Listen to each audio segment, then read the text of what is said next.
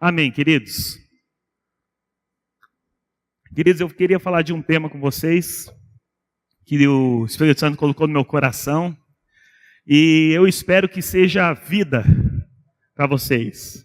Quando eu estava orando sobre a celebração hoje, sobre esse momento de mensagem, eu vi como se fossem grilhões caindo, eu vi como se fossem feridas sendo cicatrizadas, e eu creio que a palavra de Deus, ela não faz nada menos do que isso, toda vez que ela é pregada. Ela vai trazer libertação para você, vai trazer libertação para mim, e ela vai também trazer cura para as nossas almas, vai trazer cura para o nosso corpo, vai trazer cura para nós como pessoas inteiras. Amém? Queridos, você já meditou sobre a loucura, não? Já parou para pensar o que é loucura para você? Você fala assim, nossa, esse cara é louco. Porque ele está fazendo alguma coisa que para você se considera loucura de alguma forma. Não é verdade? Por exemplo, assim, se de repente eu estou falando e estou pregando a mensagem, aí de repente eu pego assim, dou uma volta aqui, aí eu continuo pregando a mensagem, aí eu falo assim, não, então, a palavra de Deus, ela diz o seguinte, aí você vai falar, meu, você está louco, né? Daí eu vou falar, não estou louco. Por quê? Porque para mim faz todo sentido isso que eu estou fazendo. Em algum lugar, dentro da minha cabeça, isso está fazendo sentido. Mas para você não faz sentido. Por quê? Você deve estar pensando, que motivo tem você ficar dando volta de um lado para o outro, até você cair e ficar tonto. Não, brincadeira, parei. Queridos, a questão da loucura é o seguinte. Existe algo dentro de nós que se chama lógica. A lógica é um conjunto estruturado de pensamentos ou de argumentos que fazem sentido e se conectam entre si para você ou para mim. Então, a maneira que eu estou me comunicando aqui, usando as palavras que eu estou falando, no idioma que eu estou falando, faz sentido para você. Ele é lógico, eu estou transmitindo um pensamento, certo? Agora, por exemplo, quando as coisas que você está vendo, as coisas que você está observando, as coisas que você está vivendo, elas não fazem sentido para você, você vai considerar aquilo loucura. Por quê? Porque dentro de você não está fazendo sentido, não tem a lógica daquilo. Eu já vou explicar o porquê que eu estou falando tudo isso. Então, por exemplo, eu ficar girando aqui, que nem um aloprado, você vai falar, não, você é louco. Por que você está fazendo isso? Não faz sentido. Você percebe? Só que dentro de mim, em algum lugar dentro de mim, fazia todo sentido fazer o que eu estava fazendo. Deixa eu só abrir o arquivo aqui, fechou tudo. Já acha que...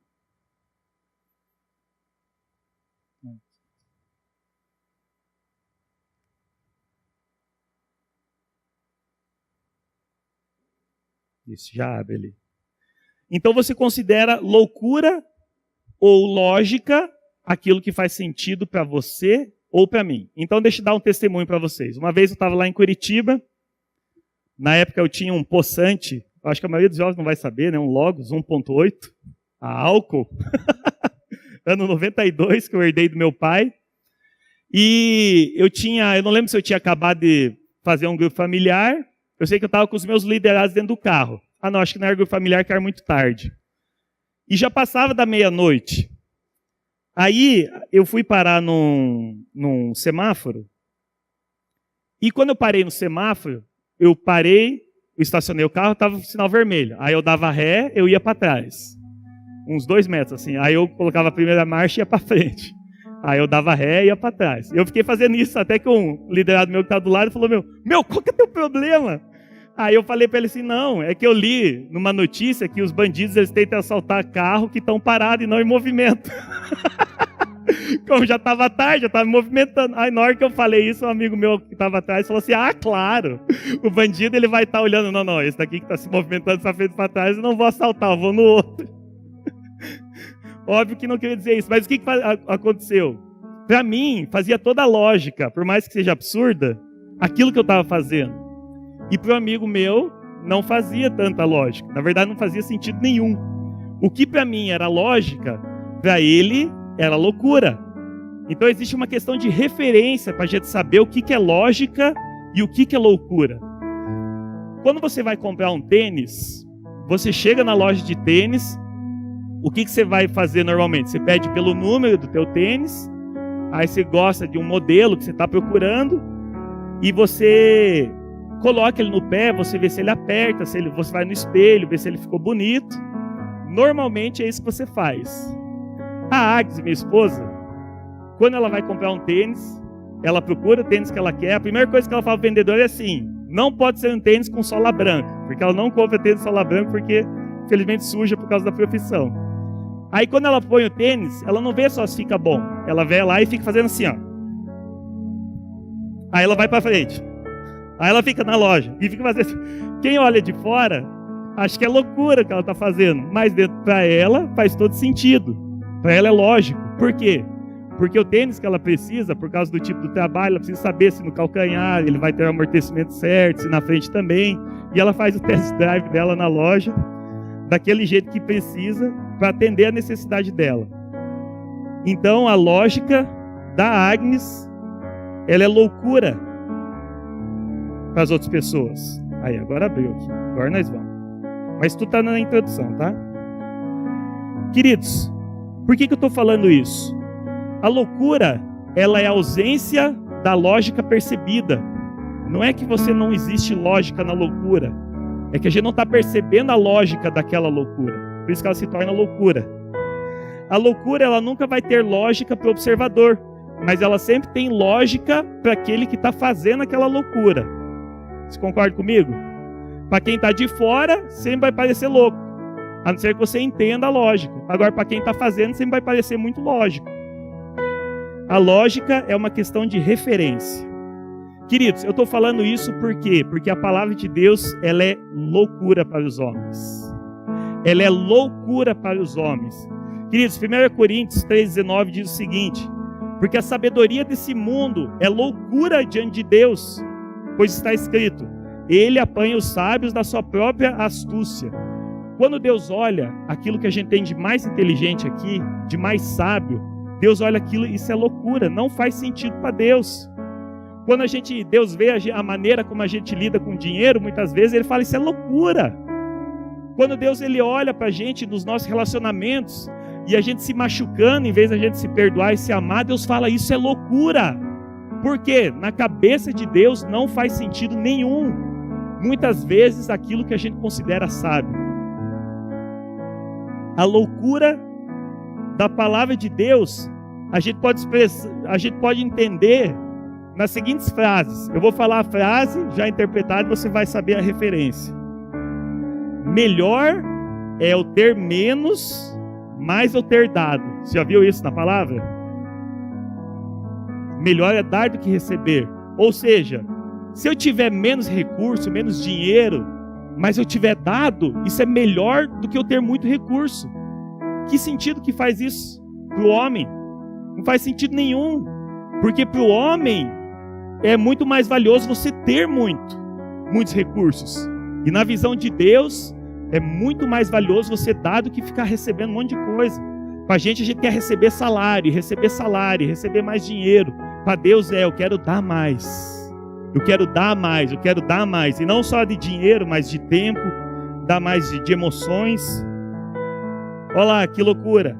Quando eu perco a minha vida por Jesus, é quando eu encontro a minha vida. Já pensou isso? Você está com uma moeda na sua mão de R$1, aí você olha para ela assim, e quando ela está na tua mão, aí ela está perdida. Aí de repente quando você perde, não sabe onde é que ela está, aí você encontrou o teu R$1. Que loucura! Mas para Deus é assim.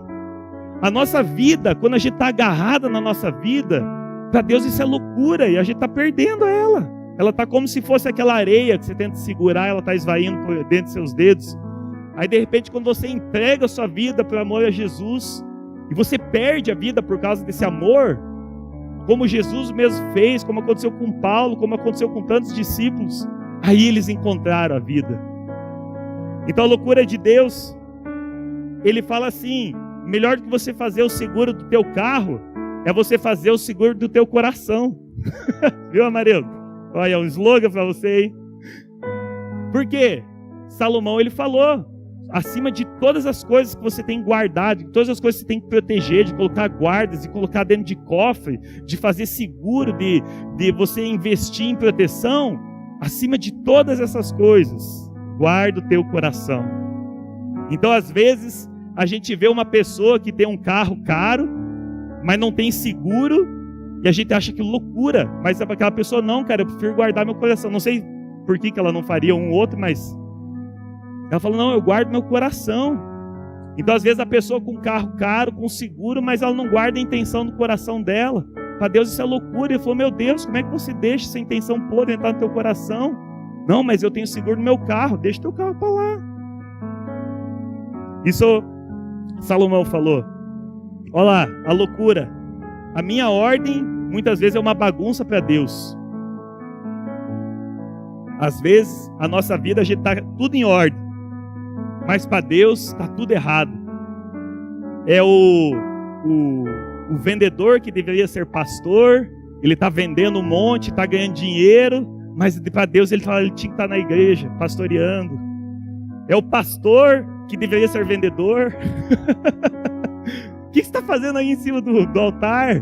Vai vender, rapaz. É o líder de grupo familiar que está em casa, intocado. Então ele está em casa, investindo nos próprios projetos, para ele estar tudo organizado. Para Deus está uma bagunça. Falou, está tudo errado. Está tudo errado.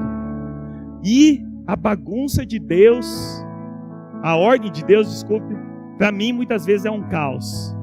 Então quando a gente vê aquele mover do Espírito Santo, as pessoas caindo, babando, rolando, pessoas ficando endemoniadas, sendo libertas, pessoas sendo curadas, meu, que bagunça, e Deus está assim, está tudo em ordem. É assim que eu gosto. Por quê? O pensamento de Deus é muito diferente do nosso. Para a gente, uma pessoa ficar em pé, está tudo certo no meio da oração. Agora para Deus, às vezes, o certo é aquela pessoa que tem que estar estatelada no chão. Às vezes, a gente tá rindo, mas Deus fala assim, você não tinha que estar rindo, rapaz, você tinha que estar chorando. Por quê? Porque o pensamento de Deus, ele é muito superior. Para Deus, ele fala assim, liderar, você governar, é você se colocar abaixo. Ah, que loucura. A vida toda eu aprendi que liderar é aquele cara que manda, aquele cara que fala e aquele cara que é autoritário. Não, para Deus, liderar, governar, é se colocar abaixo, é servir. Jesus, que recebeu o nome que está acima de todo nome, toda autoridade, ele podia mandar até uma estrela se apagar se ele quisesse. Estrela, se apague. E Jesus não, ele decidiu vir como um servo. Que loucura. Ficar falando sozinho talvez seja o melhor tempo investido. Essa é loucura, né? Ficar falando sozinho no quarto, ajoelhado. Por que ajoelhado? Não sei. Talvez gera mais fé. Quem olha de fora, que loucura. Você fica falando sozinho em casa. Ah, eu fico no meu quarto. Que loucura, vocês fecham o olho, você e a tua esposa, você e a tua família, e cruzam as mãozinhas assim, que loucura. E Deus olha aquilo lá, está tudo certo, está tudo em ordem. Quando a gente joga videogame, quando a gente morre é o momento que a gente perde, não é? E para Deus, quando a gente morre, aí é que a gente ganha. Lucramos, fomos promovidos para o céu, né? É o contrário, videogame. Já pensou um videogame que o objetivo é você morrer? É quase isso o objetivo aqui da vida cristã. Tanto que foi o apóstolo Paulo ficou na dúvida, né? Será que eu morro? Será que fica aqui? Se eu morrer, eu lucro, né? Olha lá. Quando eu deixo de comer, é que eu fico forte. Já viu essa loucura, não? Se chama jejum. Então a gente fala, os nutricionistas ficam loucos, né? Inspiram. Não, você tem que comer certinho 3 em 3 horas. Aí chega o pensamento de Deus, não, você tem que fazer jejum. E que nem Jesus, de 40 dias. Eu falei, mas você vai morrer intoxicado.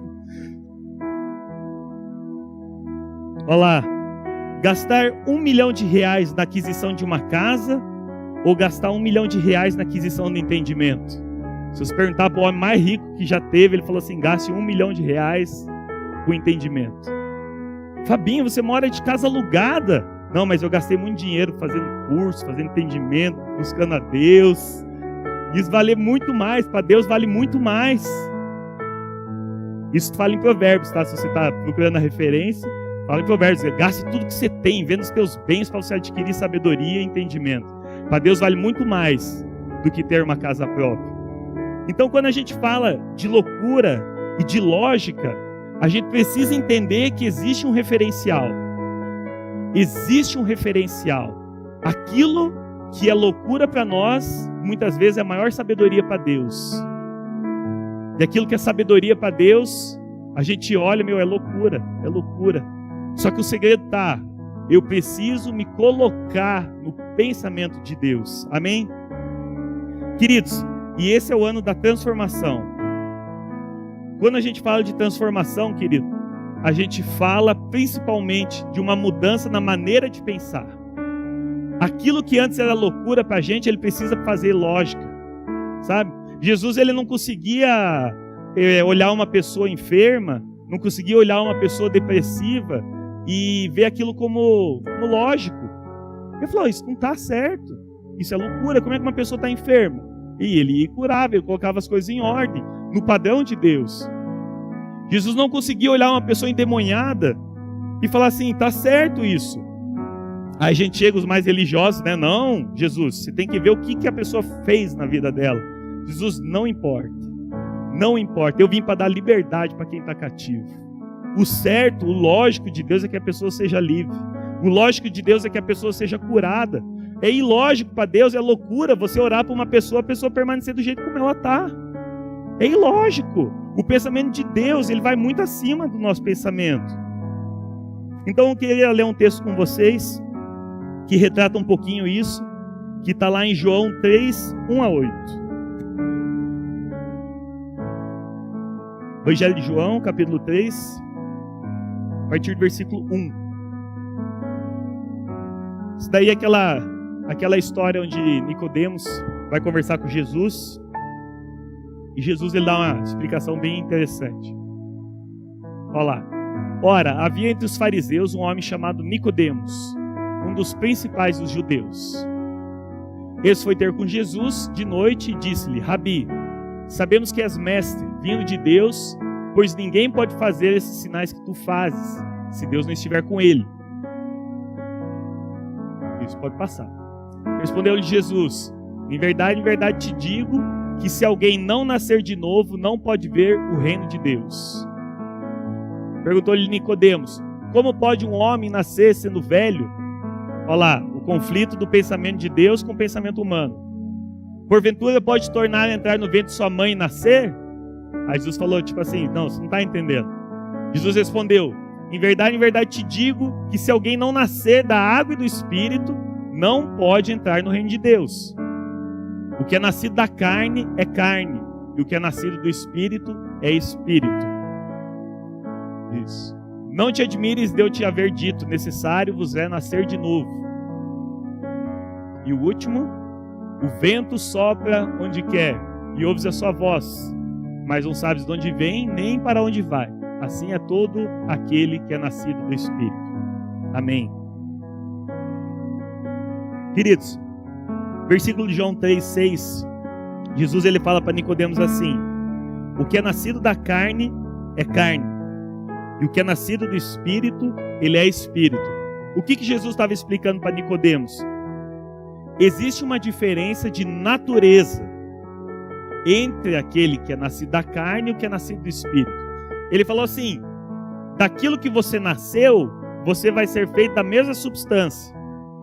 Então, por exemplo, assim, nós nascemos de seres humanos, por isso que nós somos seres humanos. Essa é uma lei biológica aí que está em qualquer lugar. Você não vai nascer uma rocha, né? Vai engravidar e vai nascer uma rocha, vai nascer uma bananeira, sei lá o que vai nascer. Não, vai nascer um ser humano. E o meu filho, ele é prova disso, nasceu um ser humaninho, pequenininho, já está fortinho. Por quê? Porque dois seres humanos geraram um outro ser humano. O que é carne é carne. Aí Jesus fala, mas o que nasce do Espírito, ele é Espírito. Queridos, quando nós entregamos a nossa vida para Jesus, nós fizemos aquela oração de entrega, inicia esse processo na nossa vida, de nascer do Espírito. E Jesus ele fala assim, quando a gente nasce do Espírito, a gente não é mais como a carne. Automaticamente, a gente tem um outro modelo de pensar. A gente tem um outro jeito de viver. E isso se expressa muito bem. Você coloca o logotipo ali da transformação, por favor. Olha lá. O ano da transformação, uma borboleta. Quando a lagarta, antes dela virar a borboleta, ela tinha um jeito de andar, que era se rastejando. A lagarta, ela tinha um nível de visão, que ela via as coisas da altura onde é que ela rastejava. Ela tinha um tipo de alimentação, uma velocidade que ela se alimentava. Ela tinha uma velocidade que ela podia andar. Tudo estava limitado na natureza daquela lagarta, que era daquele jeito, o formato daquele corpo, a consistência dela, a posição da cabeça, dos pés, etc., a ausência de asa. Tudo que você pode imaginar a respeito da natureza da lagarta limitava ela para que ela pudesse agir daquele jeito. Só que a partir do momento que a lagarta ela se transforma, ela vira uma borboleta, ela não adianta mais ela pensar do jeito como ela pensava. Por quê? Porque agora ela é uma borboleta. Já pensou que absurdo uma borboleta ter que ir daqui até ali, ela for caminhando assim? Aí as asinhas paradas, né? Ela vai caminhando e fala, vai borboleta, voa. Né? Por quê? É uma mudança de natureza. E a borboleta, ela passou a ser limitada pelas características da nova natureza dela. Então, ela tendo asas, ela tendo um formato de corpo diferente, uma aerodinâmica que permite ela voar, ela começa a poder voar, bater asas e fazer tudo aquilo que ela não podia fazer quando era lagarta. Isso é questão dela nascer como lagarta ou nascer como borboleta. Então, Jesus ele fala, quando a gente nasce da carne, a gente é carne, a gente está limitado por aquilo que é da carne. Quando a gente nasce do Espírito, a gente é limitado, entre aspas, por aquilo que é da característica da natureza do Espírito. Isso implica em nós o quê? Uma mudança de pensamento que vai implicar uma mudança de atitude. Então não adianta a gente mais pensar como homens carnais. Não adianta mais pensar como homem pecador que nós éramos antes de conhecer a Jesus. Nós temos uma nova natureza, amém? Quem está conseguindo entender aí? Está de boa? Amém, glória a Deus. Se você estiver dormindo, fique em pé. Isso daí vai te ajudar. Então a gente precisa mudar a nossa maneira de agir para agir de acordo com a nossa natureza. Agora eu pergunto para você, é difícil para a borboleta voar? É natural para ela voar, porque mudou a natureza. Agora se perguntar para uma lagarta para ela voar, vai ser um parto, né? Agora para uma borboleta ela ficar rastejando que uma lagarta vai ser ruim também, porque ela vai ficar olhando, poxa, eu posso voar. Então o que acontece? Quando a gente nasce de fato do Espírito, aquilo que é concernente ao Espírito, ele passa a ser natural para a gente. Assim como era natural para Jesus. Jesus ele não tinha problema nenhum em perdoar. Por quê? Porque era natural para ele. Eu sou nascido do Espírito. Eu sou nascido do Espírito. Jesus não tinha problema nenhum em se dispor para as pessoas. Não tinha problema nenhum em liberar palavras de amor. Não tinha problema nenhum em expulsar demônios, em curar enfermos. Não tinha problema nenhum em fazer a obra de Deus, fazer a vontade de Deus. Por quê? Porque Jesus, ele era nascido do Espírito. Ele abriu mão da natureza carnal dele, abriu mão para poder viver aquilo que Deus estava sonhando para ele. Romanos 12:2 diz o seguinte: e não sede conformados com este mundo, mas sede transformados pela renovação do vosso entendimento, para que experimenteis qual seja a boa, agradável e perfeita vontade de Deus. Quando eu transformo a minha maneira de pensar, eu começo a agir de acordo com a minha nova natureza. Aí eu começo a colher os frutos de agir de acordo com a minha nova natureza, que é experimentar a vontade perfeita de Deus, a plenitude da vontade de Deus para nossas vidas.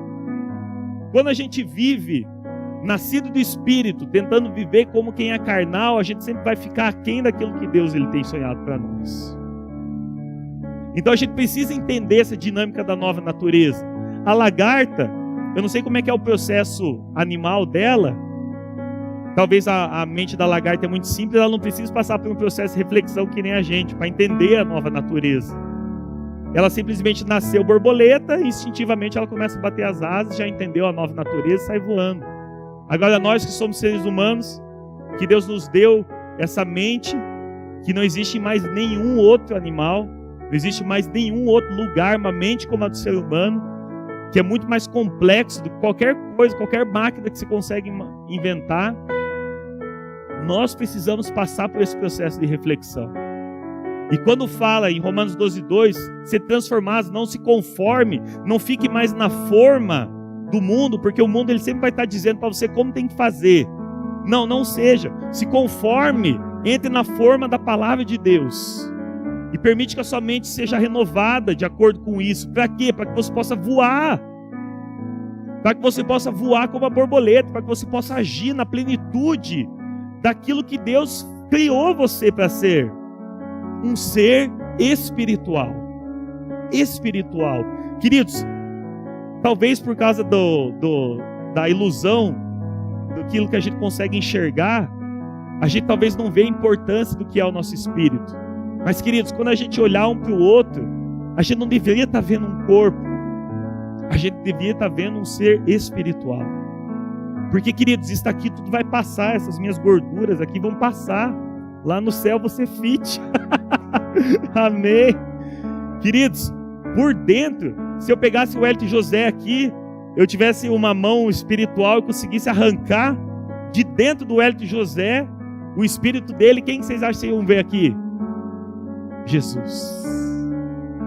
Queridos, isso é tremendo, queridos. Todo o potencial que Jesus tinha, todo o poder que Jesus tinha, toda a autoridade que Jesus tinha está dentro de mim e de você. Só que a gente daí está escondido, por quê? Porque a gente quer continuar vivendo como lagarto.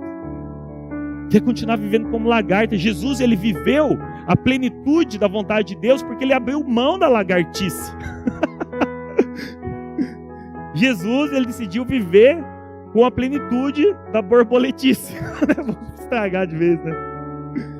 Jesus, ele entendeu, ele falou, eu não sou carne, eu sou espírito. Por mais que eu tenha essa roupa aqui feita de carne, por mais que eu tenha esses ossos, eu sei que eu sou um ser espiritual, nascido do Espírito de Deus.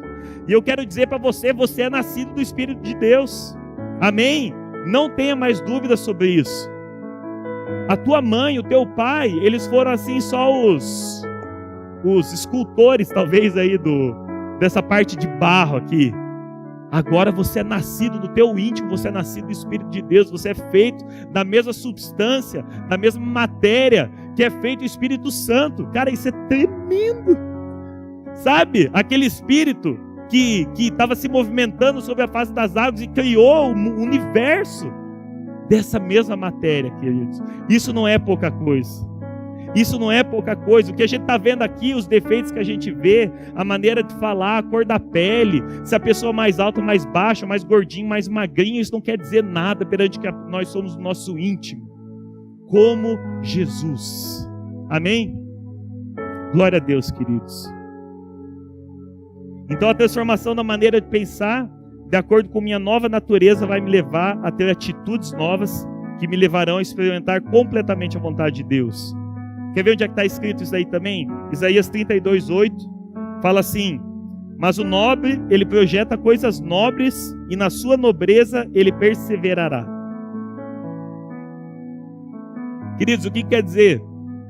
O nobre, ele tem a natureza de ser nobre, porque ele nasceu naquela nobreza.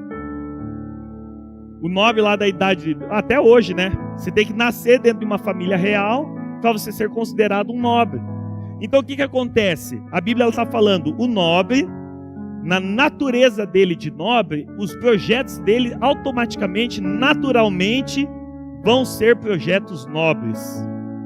E nessa nobreza, ou na natureza dele, ele vai perseverar. Vai perseverar. Então o que acontece? A gente vai produzir frutos e projetos de acordo com a nossa natureza. Você já viu um pé de maçã dando abacate? Né? Não tem como. Por quê? Porque a natureza do pé de maçã, da macieira, é produzir maçã. E aquela maçã, se cair no chão, a sementinha germinar, vai produzir um outro pé de maçã. Por causa da natureza. Queridos, se nós ficarmos nos vendo como carne, nós vamos produzir os frutos da carne. Porque a gente fica achando que a gente é carne, a gente é como esse pessoal desse mundão afora. E a gente sabe quais são os frutos da carne, né? Mentira, lascívia, fornicação, adultério, roubo, morte, os frutos da carne. A carne, ela produz aquilo que é da natureza dela. Agora, quando a gente entende, aquilo cai no nosso coração, que nós somos nascidos do Espírito, queridos, vai ser natural para a gente produzir frutos do Espírito. Natural, querido. Natural. Não é, a gente não vai mais conseguir ver uma pessoa passando necessidade sem aquilo no mínimo nos comover. Porque nós não somos como as pessoas que olham aquilo lá. As pessoas, elas olham um adulto com 40, 50 anos e ela olha aquilo lá, ele mendigando na rua e pensa assim, ele é capaz de gerar o seu próprio sustento, porque ele já é um adulto, é um homem formado. Queridos, mas a gente não sabe a história daquela pessoa, por que ela está ali. Talvez se a gente tivesse passado pela mesma situação dele, a gente estaria pior que ele. Talvez ele ainda foi um herói dentro dos parâmetros que a vida colocou para ele. Agora, quando nós somos nascidos de Espírito, nós olhamos um homem naquela situação e a gente fala, como é que pode eu estar tão bem e ele estar tão mal? Não era que a igreja em Atos fazia? Vendia os seus bens, entregava para os apóstolos, aquilo era distribuído uniformemente. Todo mundo se ajudava, crescia. Porque eles entenderam que eles não são mais dessa terra, são ETs, extraterrestres, não é daqui. Não é mais desse mundão. A maneira de pensar mudou. Então eu projeto sempre de acordo com a minha natureza. Uma dica aí para empresários, líderes, etc. Se você tiver um funcionário teu, um liderado teu que está produzindo abaixo do que ele deveria, você pode fazer uma pergunta para ele. Você deu o seu melhor para fazer esse projeto? Aí a pessoa vai falar, não, cara, eu dei o meu melhor. Você falou, então tá bom, então qual que é o problema? É uma questão de natureza. Tem que melhorar a natureza daquela pessoa, para que ela faça projetos melhores. Agora a pessoa fala assim, ela teve um rendimento inferior, você fala, você deu o seu melhor? A pessoa, não deu o meu melhor. Aí é outro problema, porque a natureza dela já estava mais elevada. Por isso que a gente precisa elevar a nossa natureza. Né? Gastar todo o nosso dinheiro que a gente tem com entendimento, que nem diz a palavra de Deus. Porque a gente precisa projetar coisas cada vez mais nobres. Cada vez mais nobres, né? Então, por exemplo, você pega uma criança pequena. Você fez o seu melhor? Eu fiz o meu melhor. Que eles dizem tudo rabiscado que não quer dizer nada. Então tá bom, você vai crescer, você vai elevar a sua natureza, vai aumentar o seu interior e vai melhorando seus desenhos ao longo do tempo. Agora você vê um adulto fazendo um rabisco que não quer dizer nada, você falou, poxa, cara, aí você fez teu melhor? Não, tá com preguiça. Queridos, então muda a nossa natureza e muda a nossa maneira de pensar. Agora a gente entra na cerejinha do bolo aí. Que é o quê? É o vento do Espírito. Queridos, João 3,8 fala assim, o vento assopra onde quer e ouves a sua voz, mas não sabes de onde vem, nem para onde vai. Assim é todo aquele que é nascido do Espírito. Queridos, Jesus, quando ele fala essa frase, ele quebra com um modelo mental assim, talvez de anos assim. Porque o que a gente sempre ouve? Por favor, a minha oração é que o Espírito Santo, eu não preciso nem orar porque eu sei que o Espírito Santo está fazendo isso, está traduzindo a mensagem para vocês. Mas a gente precisa entender as coisas à luz da palavra e a gente precisa entender aquilo que eu estou querendo dizer. Já estou me defendendo. Queridos, o mundo, ele vai trazer um modelo de viver. Ele traz um modelo de viver, que é você precisa fazer X, você precisa fazer Y, você precisa fazer Z, você precisa acordar a tal horário, você precisa trabalhar tantas horas por dia, você precisa fazer isso. Quando você chegar de noite, você tem que fazer isso, tem que fazer happy hour. No fim de semana, você tem que cortar a grama da tua casa, você tem que lavar o carro. E eles começam a impor um monte de coisa. Quando você adquire um bem, tem que fazer seguro. Quando não você... Brincadeira, marido. Quando você faz isso, e eles começam o quê? Só que o modelo mental, esse modelo de vida que o mundo traz, ele tem uma base. Uma base. E essa base se chama medo. Por quê? O que foi a primeira coisa que Adão fez depois que pecou? Depois que ele se desconectou de Deus? Ele se escondeu de Deus. E a primeira coisa que Adão fez foi costurar roupas para ele. Você vê que interessante? Ele se desconecta da fonte da vida. A primeira coisa que ele faz, ele se esconde entre os arbustos lá e ele faz uma roupa de folha de figueira. Por quê? Porque teve medo. Ele fala para Deus assim: eu tive medo e me escondi. Queridos, quando nós estamos desconectados, quando nós somos somente carne, o que nos norteia, e eu posso falar 100% com razão, a vida de cada um aqui, como é que foi antes de Jesus, o que norteava a tua vida era o medo. Porque você precisa, presta atenção na escolha das minhas palavras, você precisa trabalhar para não passar fome. Você precisa se esforçar para você ter uma aposentadoria que você não vai depender de ninguém. Você precisa estudar, porque senão você vai ficar desempregado e vai alguém roubar tua vaga. E tudo é baseado no medo, querido. Então, a gente compra a nossa casa, aí o que a gente faz? Não basta só ter terreno, a gente constrói muros. E a gente, por favor, entendo, não é que não é para você fazer isso. A gente constrói muros, daí depois o muro não é mais suficiente. A gente eleva a altura do muro. Depois não é mais suficiente, a gente coloca a cerca elétrica. E a cerca elétrica não é mais suficiente, a gente coloca aqueles negocinhos dentados lá. Coloca alarme na casa, coloca GPS no carro, queridos, tudo com base no medo. Tudo com base no medo. Ah, Maurício, aquele que é nascido espírito, então vive na rua. Assim, não, claro que não, né? A Bíblia fala, né? O sol nasce lá para justo. Fala, né? A Bíblia fala isso, né? Nasce para justo e injusto. Queridos, a questão é a base, a maneira de viver. Eu estou vivendo com base no medo e tomando as decisões que eu tomo com base no medo, ou eu tomo as decisões com base no Espírito? Aí Jesus, quando ele fala assim: o vento sopra onde quer, ouves a sua voz, mas não sabe nem de onde vem, nem para onde vai, assim é todo aquele que é nascido do Espírito, amém? Queridos, a maneira de viver daquele que é nascido do Espírito, ela quebra com todo padrão que o mundo coloca. Por quê? Qual que é a base? O Espírito. A base é removida, o Espírito ele é colocado no lugar. A gente não vive mais no medo. A Bíblia não fala isso? O perfeito amor lança fora todo medo. Quem que é o perfeito amor? É Deus, porque as duas coisas elas não conseguem conviver. Quanto mais, é como se fosse um ímã, jogando fora assim, com o polo igual aqui, né? Se eu fosse um ímã, esse daqui também, o medo, o perfeito amor, eu chego aqui, na verdade é o contrário, né? Perfeito amor que lança fora. Perfeito amor, ele lança fora o medo. Não tem como conviver junto. Toda vez que a gente se afasta de Deus, o medo começa a tomar lugar. Toda vez que a gente se aproxima de Deus, o medo ele começa a ser afastado. As duas coisas elas não convivem no mesmo lugar. É impossível aos olhos de Deus. Então a base da nossa vida não passa mais a ser o medo. A base passa a ser o Espírito. Agora a questão é: como que eu vivo essa vida no Espírito? Aí por isso que eu trouxe esse cabo de vassoura aqui. Queridos, a vida no Espírito é como esse cabo de vassoura. A gente cresce com um conceito que é muito baseado no medo,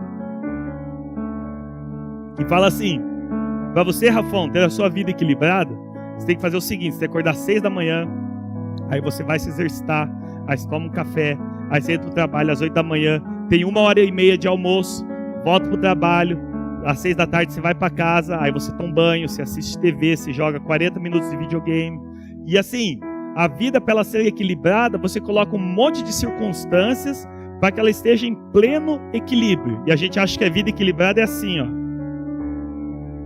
A gente está aqui no meio, isso daqui é a nossa vida. Ó, ela está em equilíbrio, Maurício. Espera aí, deixa eu equilibrar direito aqui. Ela está em equilíbrio. Agora eu falo para você, coloca pressão em qualquer lugar desse cabo de vassoura. Opa, desequilibrou. Não, eu não tenho mais 40 minutos de videogame, é só 30 minutos porque me deu uma diarreia. Ixi, desequilibrei. Estou abalado emocionalmente. E agora, o que eu faço? Ah, de repente aconteceu alguma coisa, estragou o carro e eu tive que usar dinheiro. Ah, mas eu tinha as contas tudo certinho, desequilibrou totalmente. Por quê? Isso daqui é uma falsa ilusão de equilíbrio. A nossa vida ela tá tão regradinha, tá tão certinha, mas qualquer coisa que desequilibra, você se abala emocionalmente completamente.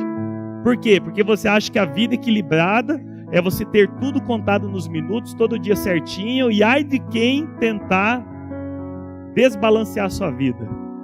Agora, quando Jesus ele fala que o vento sopra onde quer, e os que são nascidos, eles são levados para esse vento. E Jesus ele faz um jogo de palavras muito interessante, porque no original, quando fala o vento sopra, Jesus ele usa uma palavra que se chama pneuma, que é de onde vem pneumático, etc, né?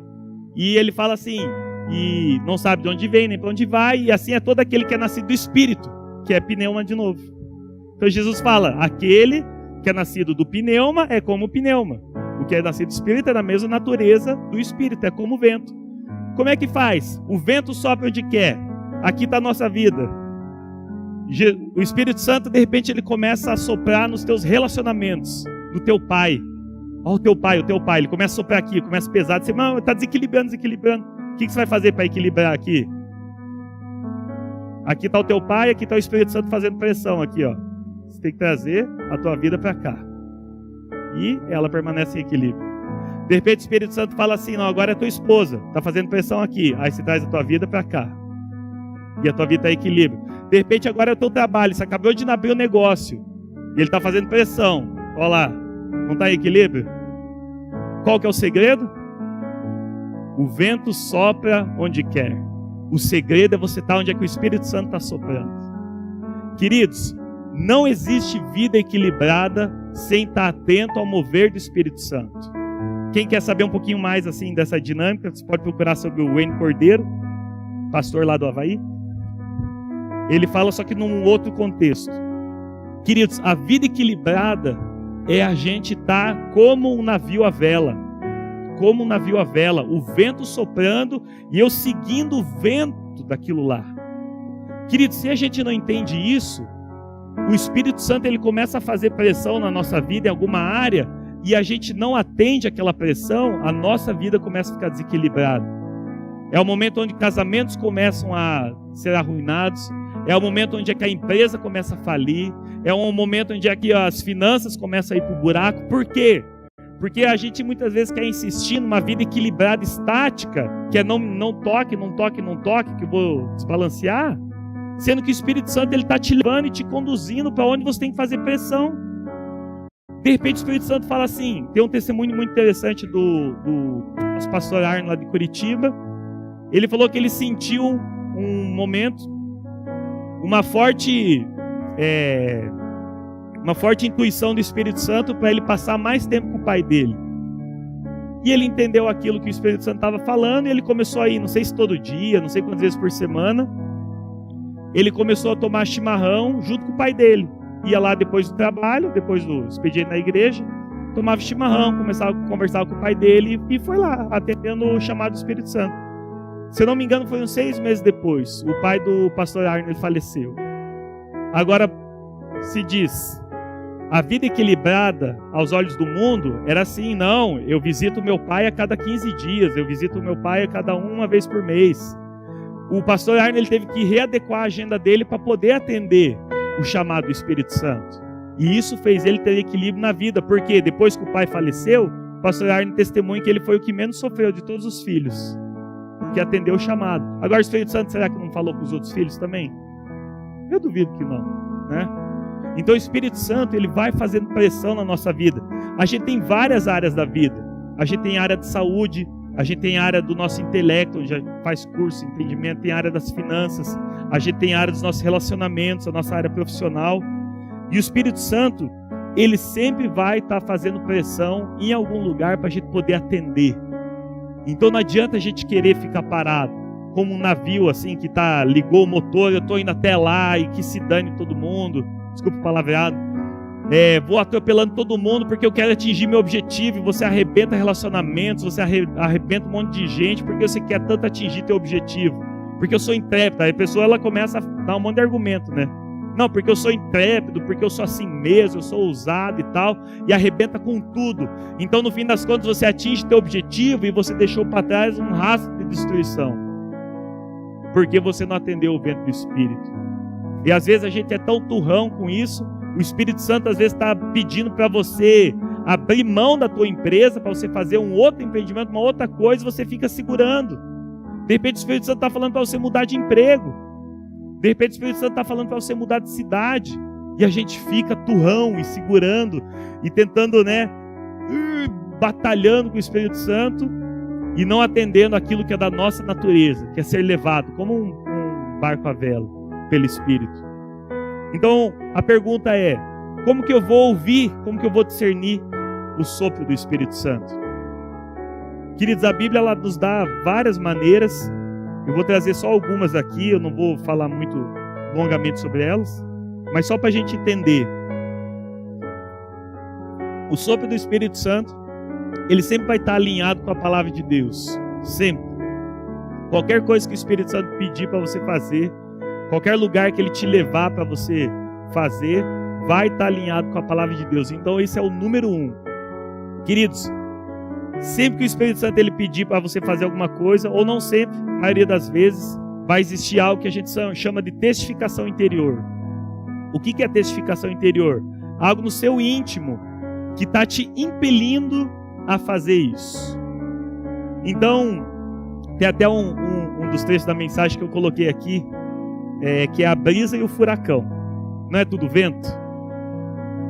Queridos, como é que posso falar? O movimento da matéria, do oxigênio, que faz a brisa, é o mesmo que faz o furacão. A diferença é a intensidade. E o Espírito Santo, ele é assim. Às vezes, ele vai vir como uma brisa falando para você. E ele vai lançar uma ideia para você. Que nem aconteceu com a gente para vir aqui para Paranavaí. O Espírito Santo veio como uma brisa. E ele simplesmente jogou nos nossos corações e falou assim: o que vocês acham disso mudar para Paranavaí? E aquilo entrou no nosso coração, a gente começou como um barco à vela, né? Começamos a nos mover em relação a essa brisa e começamos a apontar aqui para Paranavaí. E a gente foi procurar a testificação. Aí fomos para a palavra de Deus. Está na palavra de Deus ir para um outro lugar, abençoar aquela cidade? Claro que está. A gente foi atrás de um outro lugar que tem testificação, que é nos nossos pais. Então fomos para os nossos pais, perguntamos: o que vocês acham? Explicamos a situação. Acho que o pai, todo mundo concordou, né? Naquela época. Então a gente percebeu por quê? Porque Deus ele nunca vai quebrar a ordem hierárquica, né? Então ele já estava conversando com os nossos pais também. A gente foi atrás de amigos íntimos, que é um outro ponto de referência que a gente pode ter para ver se a gente está seguindo o sopro do Espírito. Aquelas pessoas que conhecem a nossa vida, aquelas pessoas que são idôneas. Abrimos nosso coração, percebemos o favor de Deus também ali. Conversamos com nossos líderes, nossos pastores, eles entenderam. Por quê? Queridos, se Deus é Deus, Deus ele vai se fazer ouvido por quem precisar fazer. Se Deus não conseguisse falar com o teu pastor, não conseguisse falar com o teu chefe, teu pai, ele não era Deus.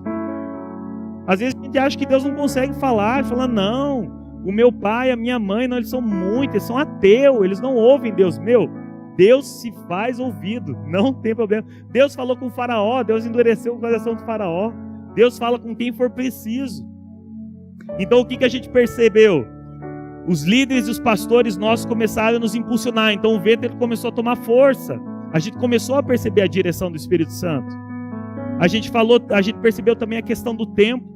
Eu tinha que terminar o meu trabalho lá, então precisei de alguns meses até conseguir treinar alguém para ficar no meu lugar. Existe o tempo também que diz. O tempo é um dos conselheiros de Deus. A Bíblia não fala assim que na multidão de conselheiros há sabedoria? Às vezes a gente acha na multidão conselho, né? Você senta só com uma pessoa e ela fica te dando conselho. Não.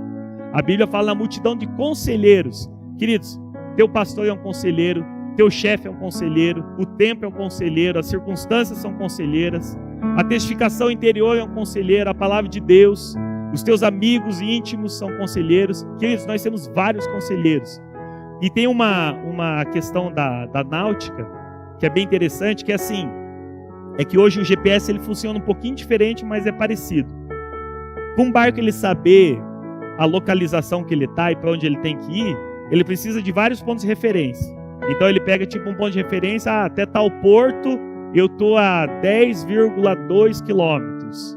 E nesse mesmo ponto, até o outro ponto de referência, eu estou a 15,2 quilômetros.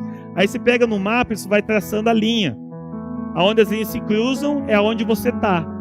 E existe uma questão técnica da náutica que fala assim: se um desses pontos de referência ele der totalmente fora dos outros, você simplesmente elimina eles.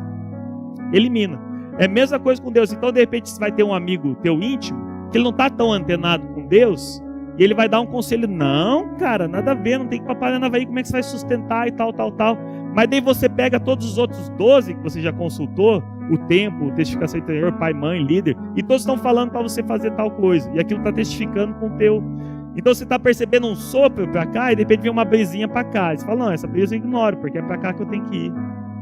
E a gente corre um sério perigo, porque as pessoas elas querem até hoje se convencer de que sexo antes do casamento não é pecado. Você fala com 457 pastores e líderes e cristãos maduros, o que eles acham de sexo antes do casamento? Eles vão falar assim, é errado. Então todos apontando, multidão de conselheiros apontando para um lugar. Aí você acha um pastor que fala, não, meu irmão, se é a mulher que você vai casar, você já pode ter relação sexual com ela. Daí você fala assim, não, aquele pastor está falando que pode. Aí você pega aquela brisinha, ela vai contra toda aquela outra multidão de conselheiro que Deus colocou na tua vida. Por isso que a gente tem que cuidar, a gente tem que entender o sopro do Espírito Santo. E tem vezes que o Espírito Santo ele vem como um furacão. Então agora eu queria só contar um breve testemunho. No ano de 2008, minha mãe foi para os Estados Unidos, 2009, né? Isso. Ano 2009, minha mãe foi para os Estados Unidos. Ela passou 2 meses lá para visitar o meu irmão, que morava lá na época. E a minha mãe, quando ela voltou dos Estados Unidos, ela voltou 20 quilos mais magra do que ela tinha ido. Nossa, eu achei assim, eles comem bem lá. Eu sabia que a família da ex-mulher do meu irmão lá eles comiam bem, assim. Eu falei, então ela entrou no ritmo ali e emagreceu em 2 meses, 10 quilos por mês, tá bem, né? Só que depois que a minha mãe voltou, ela mais ou menos uma vez por semana, ela ficava tão mal, que ela não conseguia sair da cama. Ela passava o dia todo na cama com mal-estar, e vomitando, e passando mal. E eu estava achando aquilo esquisito. Aí ela começou a fazer uma consulta com os médicos, e acusou pedra na vesícula. Eles bateram raio-x lá, pedra na vesícula, então tá bom, vamos marcar a cirurgia. Só que daí a minha mãe, ela não queria marcar a cirurgia, porque ela falou, não, tá passando. Aí de repente ficava um dia na semana, ficava mal de novo. Eu falei, mãe, vamos lá marcar a cirurgia e tal. E a gente tinha decidido que a gente vinha aqui para Paranavaí para fazer a cirurgia, porque tem a irmã da minha mãe que mora aqui, então ela podia ficar cuidando da minha mãe. Estava trabalhando na época, ia ficar meio difícil para mim. E a minha mãe passando mal e tal. E a minha mãe ia falar, mãe, vamos lá marcar? Ela falou, não, deixa, e sempre procrastinando. Aí teve um dia, que foi uma segunda-feira, eu não sei o que aconteceu comigo, eu estava extremamente irritado, extremamente bravo com essa situação. Eu nunca fiz isso com a minha mãe. Foi a única vez, acho que eu fiz. Eu liguei para minha mãe e eu falei, mãe, eu não quero saber o que a senhora está fazendo. Eu estou indo hoje, depois do trabalho, eu estou indo pegar a senhora, a gente está indo para Paranavaí. Ela, não, mas não precisa. Eu falei, não, mãe, faz a mala, eu estou indo aí pegar, não aceito não. E eu falei assim, eu já falei com um amigo meu para ele ir junto, para não dormir na estrada e tal. E eu fiz isso durante o trabalho, não deu outra. Eu cheguei em casa, peguei a minha mãe, peguei um amigo meu, viemos aqui para Paranavaí. Querida, minha mãe passou tão mal na viagem que ela ficou deitada no carro o tempo todo. Quando a gente chegou aqui em Paranavaí, meus parentes aqui já tinham conseguido marcar todos os exames que ela precisava para na quarta-feira fazer a cirurgia. Então na terça-feira ela já conseguiu fazer todos os exames e na quarta-feira marcou a cirurgia de manhã. Aí daí deu na terça-feira, eu voltei para Curitiba e chegou na quarta-feira de manhã, me ligaram falando que o médico encontrou outras coisas dentro da minha mãe quando foi fazer a cirurgia. E outras coisas ele quis dizer por câncer. Então o que aconteceu? Olha só, aí disse isso não é sobrenatural. O médico que foi fazer a cirurgia da minha mãe, a vida toda ele foi oncologista. Aí ele largou de ser oncologista. É o doutor Luciano, né? O pessoal às vezes conhece aqui. Ele largou de fazer oncologia porque ele estava cansado, essa questão paciente sempre terminal e tal. Quando ele foi passar o negocinho lá, ele estava entupido um lugar. Na hora que estava entupido ali, ele já percebeu o que era. Ele falou, isso daí não é normal. Aí a minha prima, coincidentemente, ela era enfermeira na Santa Casa ali, e ele teve que pedir autorização para minha prima para poder mudar a cirurgia, porque a minha mãe já estava apagada. Aí quando ele mudou a cirurgia, ele fez um corte daqui até aqui, e a vesícula era para ser só um cicolado que é aqui, mas só um cortinho. Na hora que ele cortou a minha mãe aqui, ele falou assim, Maurício, o intestino dela voou para fora. Por quê? Porque ele já tinha fechado, o câncer já tinha fechado o intestino dela, Por isso ela não estava conseguindo nem tomar nada, nem comer, nem água. Ela conseguia que ela vomitava tudo. E o intestino, eu não sei. Eu acho que se ela ficasse mais um dia daquele jeito, tinha explodido o intestino dentro dela. Eu não sei o que teria acontecido da minha mãe. Mas qual que é a questão? No fim das contas deu tudo certo. Ele removeu todo o câncer. Hoje já faz vai fazer 10 anos, né? Que a minha mãe já passou, então já está em remissão, graças a Deus. Mas, queridos, a sincronia dos eventos, ela não é humana. Só que Deus, ele não podia falar comigo como uma brisa. Ele tinha que falar como um furacão. Ele falou, vai e é agora. O Espírito Santo, ele fala também como um furacão nas nossas vidas. E a gente precisa atender. Precisa atender, queridos. Se a gente fica inerte, não, a gente é daquele que é do sossegado, sabe? Não. Queridos, às vezes, coisas ruins podem acontecer porque a gente não estar atento à voz do Espírito Santo. O mesmo Espírito que fala como uma brisa, ele fala como um furacão também. E o Espírito Santo, ele dá um jeito de se fazer ouvido. Queridos, quando eu comecei a testemunhar, experimentar isso, eu percebi a tranquilidade que isso gerava na minha alma. Porque eu sabia que existe alguém que está olhando por mim. Existe alguém que está olhando por mim, pela minha vida, naquilo que eu não consigo ver. E isso lança fora o quê? O medo. O medo, querido, o medo de viver, o medo de estar seguro, o medo de estar resguardado. Queridos, não tem coisa que pague isso. Mas é o quê? É o que é nascido do Espírito. Ele atende à voz do Espírito. Queridos, às vezes a gente fica muito tempo insistindo numa profissão, às vezes a gente fica muito tempo insistindo num curso e Deus falando para a gente fazer outra coisa. Às vezes a gente fica muito tempo insistindo num relacionamento. Querido, eu insisti num relacionamento até quase um mês de casar. Noivei com a menina. E o Espírito Santo no noivado começou a falar que não era. Chegou um momento que a gente entendeu o vento do Espírito Santo e a gente falou, não é mesmo. Graças a Deus. Graças a Deus. Por quê? Porque ela não era boa o suficiente? Não. Porque existe alguém melhor para ela. Melhor do que eu. Hoje, graças a Deus, ela está casada, tem um filhinho também. Eu, encontramos a Agnes, temos um filhinho. Somos muito mais felizes se a gente estivesse junto, querido. Muito mais felizes. Só que, claro, foi antes de casar. Se tivesse casado, tinha que ir embora, né? O pessoal depois vai falar, o pastor Maurício falou do vento do Espírito. Eu falei, esse vento aí não é. Queridos, uma última coisa assim para falar. Uma das maneiras que o Espírito Santo usa para comunicar conosco é a angústia. Angústia. Quando o nosso corpo ele está com algum tipo de infecção, algum corpinho esquisito lá, alguma coisa estranha para o corpo, o que o nosso corpo faz? Dentre vários sintomas, o mais comum talvez. Dor, febre. A febre, querido. Queridos, a febre é algo ruim? Não. O corpo ele está fazendo febre para indicar que tem algo errado e para você poder se curar daquilo que está acontecendo. Queridos, a febre da alma se chama angústia. Às vezes a gente quer ficar, estamos se sentindo angustiado, a gente está infeliz com alguma coisa que a gente está fazendo e a gente quer fazer o quê? Dá-lhe remédio para aliviar. Então, toma ansiolítico, e toma antidepressivo, e toma não sei o quê. Por quê? Porque a gente não quer lidar com aquela angústia. E às vezes é o vento do Espírito soprando. Fala, sai desse emprego, vai fazer outra coisa. Eu falei para você ser missionário, o que você está fazendo nessa cidade?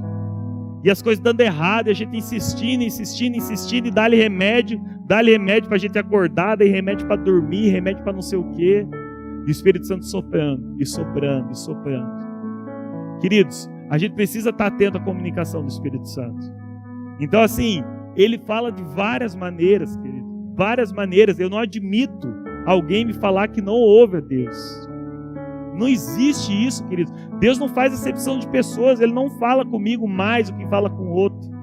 Não, ele não é assim. Mas Deus, ele dispõe de um arsenal de meios de comunicação para a gente entender o vento do Espírito. Então a maneira como a gente veio para Paranavaí, a maneira como eu entrei no meu último emprego, a maneira como a gente teve o Gabriel, tudo, a gente procura atender ao vento do Espírito. É a única maneira de ter uma vida equilibrada. E quando nasce o filho, o Espírito Santo, ele me guiou e nos guiou para quê? Para a gente dar atenção para o filho. É onde ele está fazendo pressão. Vai chegar um momento que de repente o Espírito Santo está mandando você fazer pressão aqui na igreja. Você tem que estar mais na igreja, tem que estar mais lá. De repente o Espírito Santo está falando para você, não, agora você tem que focar mais no teu negócio. Vai lá, senão ele vai quebrar. Isso significa abandonar a igreja? Claro que não. Você vai continuar vindo aqui, mas uma intensidade diferente, sempre o quê? Comunicando. Então Deus, ele vai falar com os teus pais, vai falar com os teus amigos, vai falar com você mesmo, vai falar através da palavra, né? Ah, o Espírito Santo está me guiando para abrir um bordel aqui em Paranavaí. Falou, meu, não é o Espírito Santo. Porque ele vai testificar. Ele vai testificar. A questão é, a gente está aberto para viver como aquele que é movido pelo Espírito? Você está aberto para abrir mão daquilo que você tanto quer? Porque Jesus, ele abriu mão de tudo. Você viu Jesus tirando férias? É errado tirar férias? Claro que não. Mas Jesus, ele tinha a vida mais equilibrada que um ser humano pode ter. E a vida equilibrada para Jesus, sabe o que era? Até os 30 anos, ficar junto com o pai dele, ficar colado com o pai dele, e dos 30 aos 33 anos exercer o ministério. Já pensou se falar isso com um líder, um pastor na igreja? Falou, não, eu tenho que estar junto com meu pai. Né? Não, você tem que falar, não, mas Jesus, ele sabia. Jesus, ele sabia. Só que quando Jesus, o Espírito Santo, moveu ele, não foi o Espírito Santo mover ele para o deserto? O Espírito Santo sempre estava atento ao vento.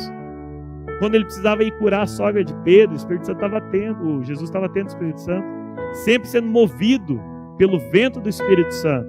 E Jesus, ele viveu intensamente os 30 anos que ele passou com o pai dele, e viveu igualmente e intensamente os 3 anos que ele passou no ministério. Isso, queridos, é uma vida equilibrada. Ah, morrer com 33 anos é equilibrado? Cara, para Jesus é. Ele fez o que precisava fazer. E às vezes, sabe o que acontece? A gente está aqui com 100, 110 anos porque a gente já devia ter morrido. Às vezes no plano de Deus, ele vai olhar assim, não, a Marilda é 92 anos. E capuf. E passa, e passa. Queridos, eu pude ver um testemunho muito parecido com o da minha avó. A minha avó, ela faleceu com 90... Cadê a Alex para lembrar das datas? Eu acho 95, uma coisa assim. Queridos, era muito interessante a minha avó. Ela só, infelizmente, ela passou muitos anos reclamando. Muitos anos ela reclamava por que Deus não levava ela, por que Deus não levava. E a minha mãe, que tinha mais contato com ela, a minha mãe não era a mãe da minha mãe, né? Era a sogra da minha mãe, só que parecia mãe, assim. Ela falava sempre para minha avó, ela falava assim, mas vó, você não acha que Deus está te deixando aqui justamente para você ficar reclamando? Aí Deus está levando todos os seus amigos, Deus está levando todo mundo e você continua aqui. Ela porque não sei o que, não sei o que, não sei o que. Queridos, no último ano de vida dela, parece que ela aceitou. Cara, é impressionante. Ela aceitou o tempo de Deus, ela falou assim, não, se Deus quer me deixar aqui, então eu vou viver. Queridos, foi o ano assim, ela estava lá no asilo, ela viveu super bem, o pessoal do asilo comentava como ela era alegre e tal, e foi o ano que Deus levou ela. Parecia assim, que Deus só estava querendo mostrar para ela isso. Ela estava fazendo hora extra já. Tipo assim, no tempo de Deus, acho que já. Queridos, existe caso que a gente fica vivendo mais do que deveria. Imagine Jesus 34 anos, tem algo errado. Você tinha que ter ido para a cruz com 33, né? Então, queridos, o vento do Espírito, o vento do Espírito. E por que eu falei da loucura antes? Porque viver de acordo com o Espírito é loucura para o homem. De repente a gente vai chegar aqui e o Guilherme falar assim, eu estou saindo trabalhar com o Gregory, terminei a faculdade e estou indo lá para a África. Você é louco, rapaz, você é louco. Não, é o vento do Espírito. Se ele não estiver lá na África, ele vai estar com angústia aqui. E vai estar engordando. E vai estar... Queridos, o vento do Espírito, nós precisamos estar atentos. Amém? Então coloque-se em pé. Desculpe pela mensagem longa. Queridos, o que o vento do Espírito vai proporcionar para nós? Isso é o top, o cabinho da cerejinha, porque a cerejinha foi, né? Esse é o cabinho da cerejinha. Queridos, viver no vento do Espírito vai proporcionar para você uma vida incansável. Amém?